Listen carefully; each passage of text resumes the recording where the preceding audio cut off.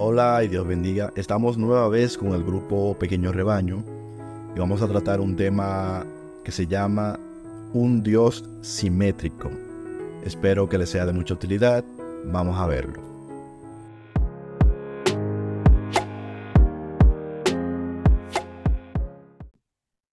Estaba viendo hace un momentito unos videos del hermano Bastián que van más o menos por la línea de lo que tenía pautado, eh, que quería indagar en esta semana. Pero vamos a hablar específicamente, vamos a tomar este tema y vamos a decir que sería el tema de un Dios simétrico.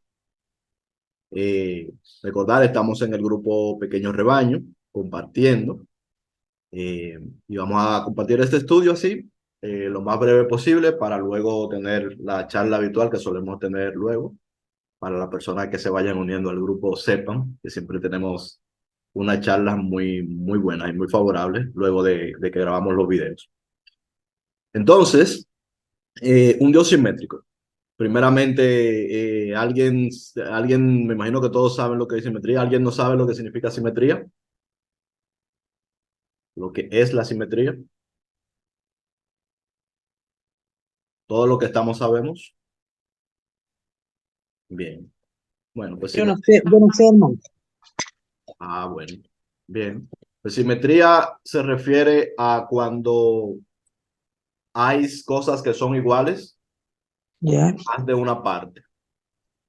Simetría quiere decir que algo es igual. Por ejemplo, nosotros tenemos en el rostro, tenemos un lado derecho y un lado izquierdo.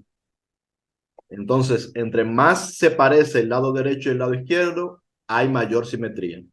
Entre menos se parece, hay menor simetría. Por ejemplo, ya, acá detrás yo tengo aquí una madera, ¿verdad? Que tiene una forma como rectangular. Esa forma es ujú. una forma simétrica. Pero en este caso de lo que vamos a ver, se refiere más sobre todo a que las cosas sean iguales o que estén al mismo nivel. Ah, En, ya. sí, por ejemplo, en relaciones internacionales, en la política, se habla de simetría o de asimetría en el sentido de cuando dos naciones, una es más poderosa que la otra o las dos son igual de poderosas. Por ejemplo, cuando dos naciones que son igual de poderosas se relacionan, eso es una relación simétrica, porque son más o menos igual de poderosas. Sin embargo, una relación de una nación poderosa con una nación que es poco poderosa se considera una relación asimétrica. Hay una que es más poderosa y hay una que es menos poderosa. Entonces es una relación asimétrica, donde por lo regular el que es más poderoso va a tener cierta ventaja en cualquier negociación que se haga y ese tipo de cosas. Lo mismo se da también, por ejemplo, en la guerra asimétrica, cuando un ejército poderoso lucha con otro ejército poderoso, eso es una guerra asimétrica. Pero cuando un ejército poderoso lucha con una nación pequeña, con un ejército pequeño, entonces el ejército pequeño debe de utilizar tácticas de guerra asimétricas, lo que le llamamos la guerrilla, que ya en la historia todos lo conocemos. La guerrilla, por ejemplo, es una táctica de guerra asimétrica. Cuando te enfrentas a una potencia mayor en cuanto a lo militar, la mejor opción es ir a la guerra asimétrica. Entonces eso es lo que es más por ahí que quiero enfocarlo por el asunto de las relaciones, de las relaciones. Entonces, vamos a leer el texto porque tenemos unos cuantos textos que leer, así que vamos a ir avanzando. Empezamos por Mateo, el capítulo 4 a partir del verso 8 y nos dice, otra vez le llevó el diablo a un monte muy alto, esto es a Jesús, ¿cierto? Y le mostró todos los reinos del mundo y la gloria de ellos. Y le dijo, todo esto te daré si postrado me adorares. Entonces Jesús le dijo, vete, Satanás, porque escrito está, al Señor tu Dios adorarás y a Él solo servirás. El diablo entonces le dejó y aquí vinieron ángeles y le servían a Jesús. Entonces, ¿a qué viene este texto? No sé si se han dado cuenta, pero cuando dice aquí que le lleva a un monte muy alto, cuando dice que Satanás le lleva a un monte muy alto, Lo que se entiende normalmente es que le llevó como a una montaña muy alta, como esas que están en el fondo de la imagen, por ejemplo. Que por cierto, dicho sea de paso, si vemos esas montañas, hay montañas que son unas más altas que otras, allí como vemos, ¿verdad? Entonces dice que le llevó a un monte muy alto y que le enseñó los reinos del mundo y la gloria de ellos. Ahora, ¿qué quiere decir cuando habla de un monte muy alto? ¿Qué quiere decir en este caso? Se está refiriendo a a un reino muy poderoso. Esa es la interpretación de un monte muy alto, porque los reinos de la tierra son como montes, son poderes, y esos poderes se pueden simbolizar como montes, unos más altos que otros. ¿Y qué es lo que le ofrece Satanás? Precisamente son los reinos de la tierra, es decir, lo lleva a un monte muy alto, lo lleva a un reino, le muestra un reino muy poderoso que está sobre otros reinos, un monte más alto que los demás montes, y le dice que le puede dar todo el poder de estos reinos y toda la gloria de estos reinos, entregársela a Jesús. Con esto es con lo que le tienta en este caso. Y eso es lo que significa. Ambas cosas están diciendo lo mismo. Cuando habla de reino y cuando habla de un monte muy alto, se refiere a eso, a un reino muy alto. ¿Por qué? Porque en la tierra, en el mundo, los poderes son asimétricos, justamente. Los poderes son asimétricos. Hay reinos que están sobre reinos y sobre reinos. Hay poderes que son muy elevados y hay poderes que son menos elevados y así sucesivamente. Entonces vamos a continuar. Y dice aquí, en Isaías 43 al 4, para reforzar esta idea, nos dice, voz que clama en el desierto, preparad camino a Jehová, enderezad calzada en la soledad a nuestro Dios. Todo valle será alzado y bájese todo monte y collado, y lo torcido se enderece, y lo áspero se allane, y se manifestará la gloria de Jehová, y toda carne juntamente la verá, porque la boca de Jehová ha hablado. Esta es la profecía de la que se auxilia Juan el Bautista, justamente, para decir que él es esta voz que clama en el desierto, anunciando a este, a este rey, a este reino, que va a producir, que va a provocar que los montes altos, es decir, los grandes reinos de la tierra, se reduzcan y bajen. Y que los valles, es decir, que la gente que no tiene ningún tipo de poder en la tierra, la gente más común, sea alzada. Porque esto es lo que quiere decir. El valle es la gente común y los montes son los reyes y los reinos de la tierra. Y lo que está diciendo es que este rey que viene, que está anunciando Juan el Bautista, que antes fue anunciado aquí por Isaías en esta profecía, ese rey que viene, que es Jesús, viene a nivelar las cosas en el mundo. Viene a deshacer los reinos del mundo y a nivelar las relaciones de poder entre unos y otros. Es decir, viene a establecer una simetría de poder entre los hombres, que no sea unos muy poderosos y otros siervos de los poderosos. Esto es una manera como se puede, ¿verdad?, ver esto. Pero en el mundo, ¿qué es lo que vemos? Por ejemplo, en el mundo romano, tenemos una idea aquí de cómo se veían las relaciones de poder en el mundo romano. Y era así, había un monte muy alto que eran los Césares, ¿verdad? El César era el monte más alto dentro del Imperio Romano en los tiempos del Evangelio, cuando comenzó el Evangelio. Luego en el Imperio Romano estaban los senadores y administradores. Dice también que luego estaban los patricios y plebeyos. Luego la plebe, que eran clientes de los plebeyos, que eran personas que eran comerciantes. Luego estaban los hombres libres, luego los esclavos y luego las mujeres libres. Entre los esclavos estaban los esclavos hombres y mujeres y luego estaban las mujeres libres. que cada quien tenía como, vamos a decir, se puede representar como que estaba a un cierto nivel, a una cierta altura dentro de esa sociedad. Aquí no lo menciona, pero de hecho en el Imperio Romano era imperio porque reinaba sobre otros reinos, justamente. Por ejemplo, en el mismo Israel había un reino y ese reino estaba supeditado, estaba por debajo, digámoslo así, de el reino de, en este caso, el César. Es decir, era súbdito, un reino súbdito de el César. Bien, entonces continuamos. Así como funcionan los reinos del mundo hasta el día de hoy, en realidad. Es la forma como normalmente funciona. Ahora, vamos a ver sobre las cosas de Dios, porque vemos que Jesús, como es anunciado, viene a deshacer esa estructura de poder, viene a deshacer esa forma de cómo hacer las cosas, la forma como funcionan los reinos del mundo. Entonces, vemos aquí que nos dicen el título de un Dios humilde. Y vamos a leer en Filipenses 2 del 1 al 11. Si puede, ¿lo puede leer Florencia? Por favor. Gracias.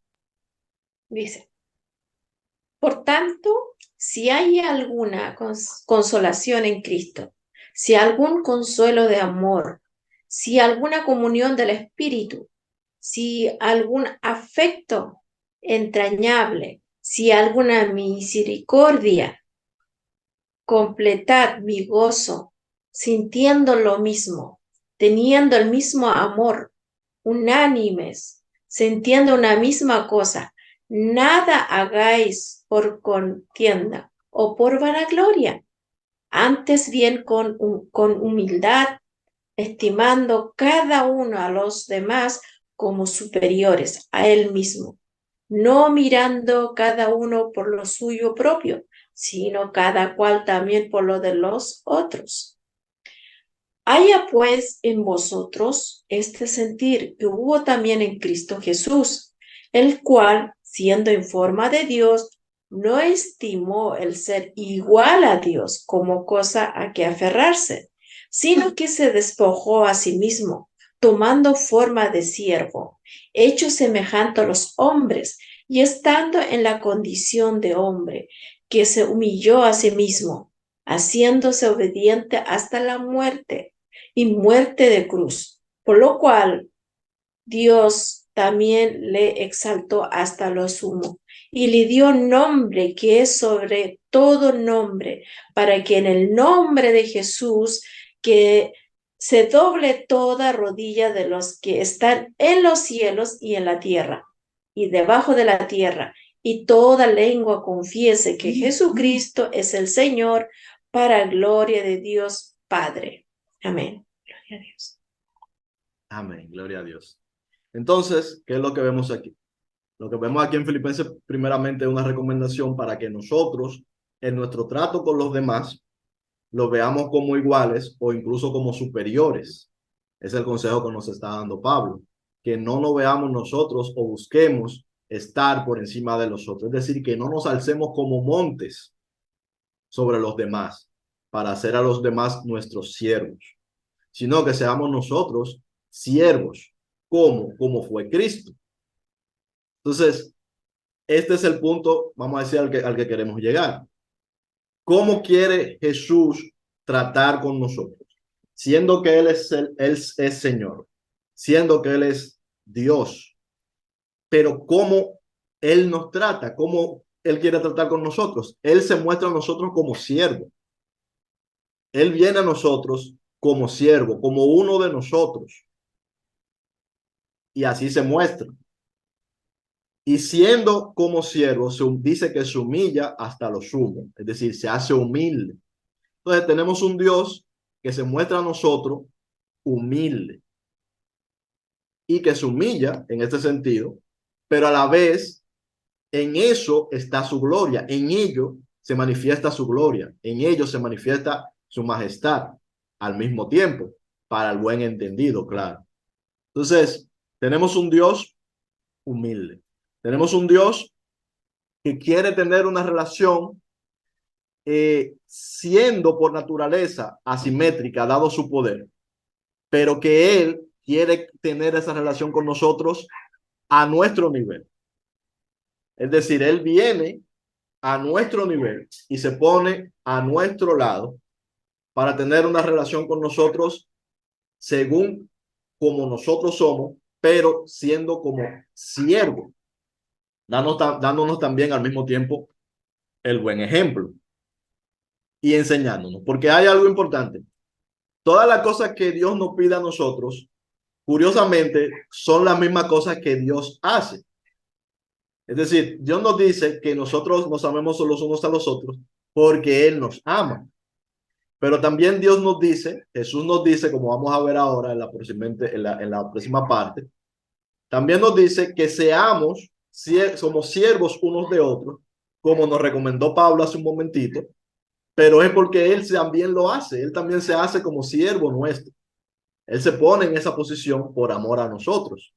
Entonces, Dios, siempre que nos manda algo, Dios nos dice no mate, pero es porque Él no mata. Dios nos dice, no pidas que te devuelvan lo que te quitan, pero es que Él no pide eso. Es decir, Él no está diciendo que imitemos su naturaleza y que lo hagamos siempre por el principio de lo que lo lleva a Él a ser como es, que es el amor. Entonces vamos a leer aquí, dice, seguimos con el Dios humilde y nos dice en Juan 13, 12 al 16. Así que después que les hubo lavado los pies, tomó su manto, volvió a la mesa y les dijo, ¿sabéis lo que os he hecho? Vosotros me llamáis maestro y señor y decís bien, porque lo soy. Entonces lo que vemos aquí que este es el episodio en el cual Jesús lava los pies de sus discípulos. Lava los pies de sus discípulos allí en la cena, ¿verdad? Dice, pues si yo, el Señor y el Maestro, que ciertamente soy Señor y Maestro, nos dice, ustedes me llaman así, y es verdad que lo soy. Pues si yo, el Señor y Maestro, he lavado vuestros pies, vosotros también debéis lavaros los pies los unos a los otros, porque ejemplo os he dado, para que como yo os he hecho, vosotros también hagáis. De cierto os digo, el siervo no es mayor que su Señor, ni el enviado es mayor que el que le envió. Y ciertamente, en esta última frase, él está repitiendo algo que él ya había dicho. Cuando dice, el que quiera ser el mayor entre ustedes, hágase como el menor. Que es lo mismo que Pablo, en el primer párrafo que leímos aquí, nos está recomendando. Que veamos a nuestros hermanos con amor, incluso como superiores. Es decir, que seamos como los siervos de nuestros hermanos, como los siervos de nuestro prójimo. Que es exactamente lo que Jesús está enseñando a sus discípulos. Ustedes me llaman Señor, y lo soy.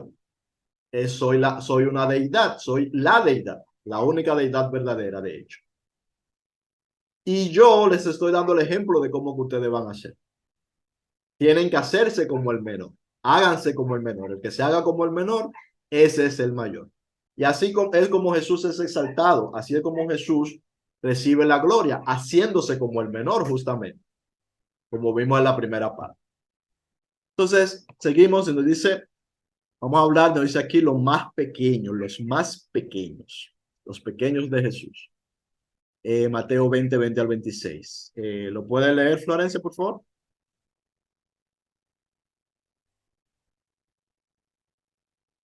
Sí, dice. Entonces se le acercó la madre de los hijos de Zebedeo con sus hijos, postrándose ante él y pidiéndole algo. Él le dijo, ¿qué quieres? Ella le dijo, ordena que en tu reino se sienten estos dos hijos míos, el uno a tu derecha y el otro a tu izquierda. Entonces Jesús respondiendo dijo, ¿no sabéis lo que pedís? ¿Podéis beber del vaso que yo he de beber y ser bautizados con el bautismo con que yo soy bautizado? Ellos le dijeron, podemos. Él les dijo, a la verdad, de mi vaso beberéis, y con el bautismo con que yo soy bautizado seréis bautizados. Pero él sentaron a mi derecha y a mi izquierda, no es mío darlo, sino a aquellos para quienes estás preparado por mi Padre. Cuando los 10 oyeron esto, se enojaron contra los 2 hermanos. Entonces Jesús, llamándolos, dijo: ¿sabéis que los gobernantes de las naciones se enseñorean de ellas, y los que son grandes ejercen sobre ellos potestad? Mas entre vosotros no será así, sino que el que quiera hacerse grande entre vosotros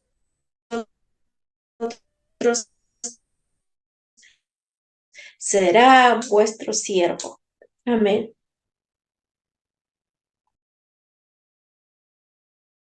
Amén. Y el que quiera ser primero entre vosotros será vuestro siervo. Se cortó un poquito cuando estaba hablando, cuando estaba leyendo se cortó. Pero bueno, aquí vemos exactamente lo que estábamos leyendo. Aquí vemos cómo comienzan a darse esas típicas relaciones de poder, de búsqueda de influencia entre los hombres, entre los discípulos, porque Jesús está hablando de un reino. Cuando se habla de un reino, se está hablando como cuando hoy hablamos de un gobierno. Se puede entender como algo político. Y estos están buscando, con la ayuda de su madre, que Jesús les dé una posición de privilegio dentro del reino, porque obviamente Jesús sería el mayor dentro de ese reino. Y Jesús les enseña y les muestra que se trata de servir, que se trata de hacerse como el menor entre todos y servir a los demás. Que en este reino no hay justamente lo que es objeto de este estudio. No debe de haber asimetrías como los reinos del mundo. No es un reino para elevar muchos montes, unos más altos que el otro, sino un solo monte, que es el monte de Cristo. Pero Él nos pone en un valle. Cuando nos habla de valle, justamente nos está hablando de un lugar plano. Ese valle está representando lo contrario a eso, a todos esos montes y esas cordilleras que son islas, digamos, de poder o niveles de poder, donde los hombres, como dice Jesús, se enseñorean unos de los otros. Los gobernadores del mundo, los gobernadores de las naciones se enseñorean de ellas. Y no es así, el reino de los cielos no es así. No se trata de enseñorearse.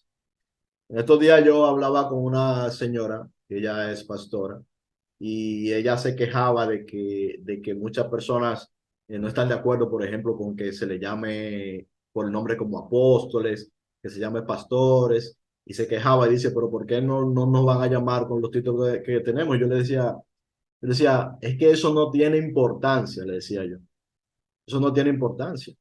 Si a usted le llaman por el ministerio que Dios le ha puesto, pues bien, pero si no, eso no importa, porque no se trata de exhibir un título para tener una autoridad avalada en un título, como sucede en el mundo, sino que se trata de servir. El cómo te llamen no tiene importancia, lo importante es servir a los demás. Si no te llaman pastor, pero sirve como pastor, ¿qué importa? Lo importante es servir como pastor, si eso es lo que Dios te ha mandado a hacer. No que te reconozcan como pastor, o no que te conviertas en una autoridad simplemente por ese nombre. El que te lo reconozca, pues bien por él. Pero si no, no importa, no tiene importancia. Y duramos un rato hablando, recuerdo, sobre eso. Ahí tuvimos que irnos a la Biblia y todo, pero bueno. Así se transcurrió el asunto. Entonces, esto es lo que estábamos hablando hace un momentito. El reino de Dios es un reino donde unos no se van a enseñorear de los demás. Pero Jesús nos dice a nosotros que seamos así. Pero recordemos, ¿qué hace Jesús? O sea, no es que Jesús nos dice, no se enseñoreen uno de los otros, sean siervos de sus compañeros. Y ya, no, es que Él viene y siendo Señor, no se enseñorea de nosotros, siendo Señor, y siendo Señor, se hace siervo de nosotros, siendo Señor. Y busca una relación simétrica, a pesar de que su naturaleza, obviamente, no está esa simetría. Él es todopoderoso y nosotros somos simples seres humanos, pero Él se hace como nuestro siervo por amor a nosotros, se pone en nuestro lugar incluso y paga incluso por nuestras culpas. Más de ahí, ¿qué más de ahí? ¿Qué más de ahí? Oye, pero ese gato, ¿qué más de ahí? Se hace nuestro amigo. La relación que Jesús quiere tener con nosotros es una relación de amigo. Jesús nos ve como amigos. Decíamos en el estudio pasado, creo que era la parte donde estábamos en la conversación, no dentro del estudio, sobre esto, que Jesús dice, ¿qué más amor que este, que uno ponga su vida por los amigos, por sus amigos? Y justamente los amigos de Jesús son aquellos por los que Él pone su vida. Pero ¿quiénes son sus amigos? Sus amigos somos todos nosotros, los pecadores.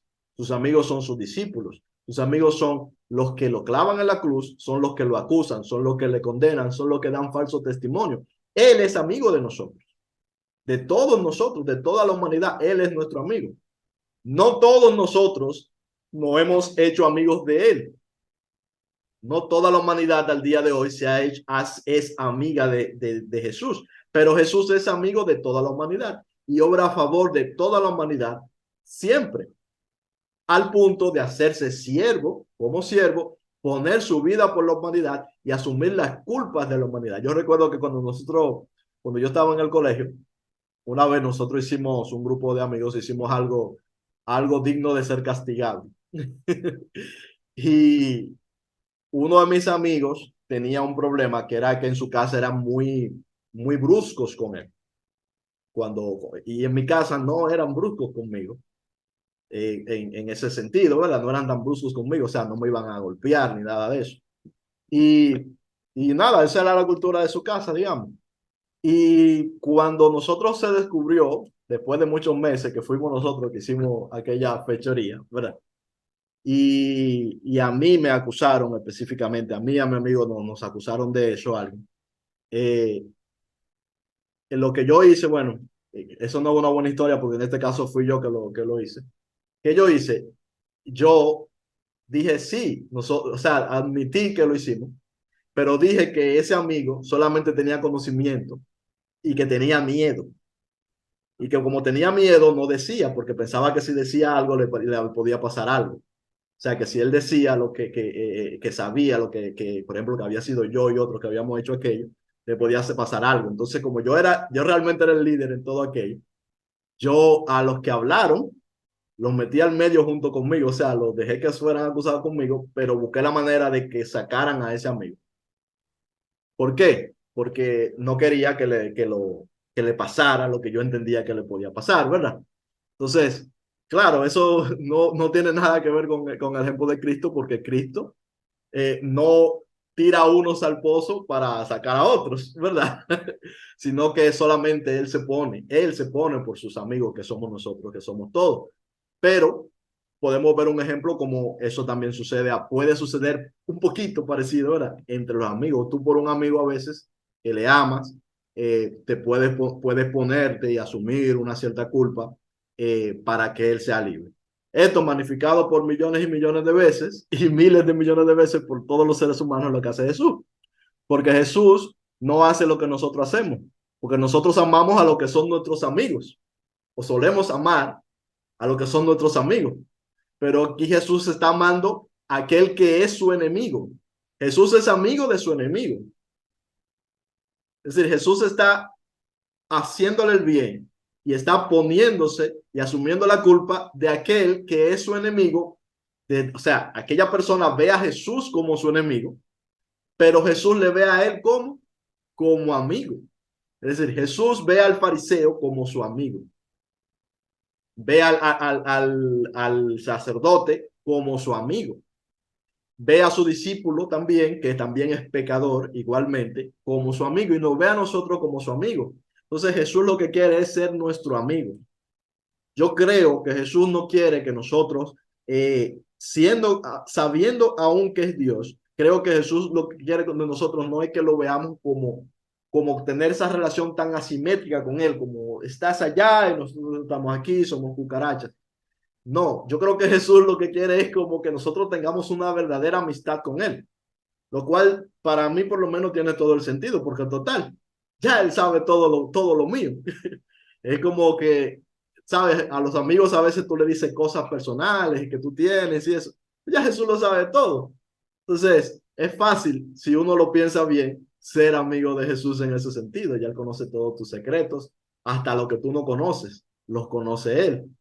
Eh, las cosas las que uno se le olvida, porque sabemos que tenemos memoria selectiva. A veces se nos olvida lo que nos conviene que se nos olvide, pero Él lo sabe. Y aún así Él ha querido ser nuestro amigo y aún así Él nos ama.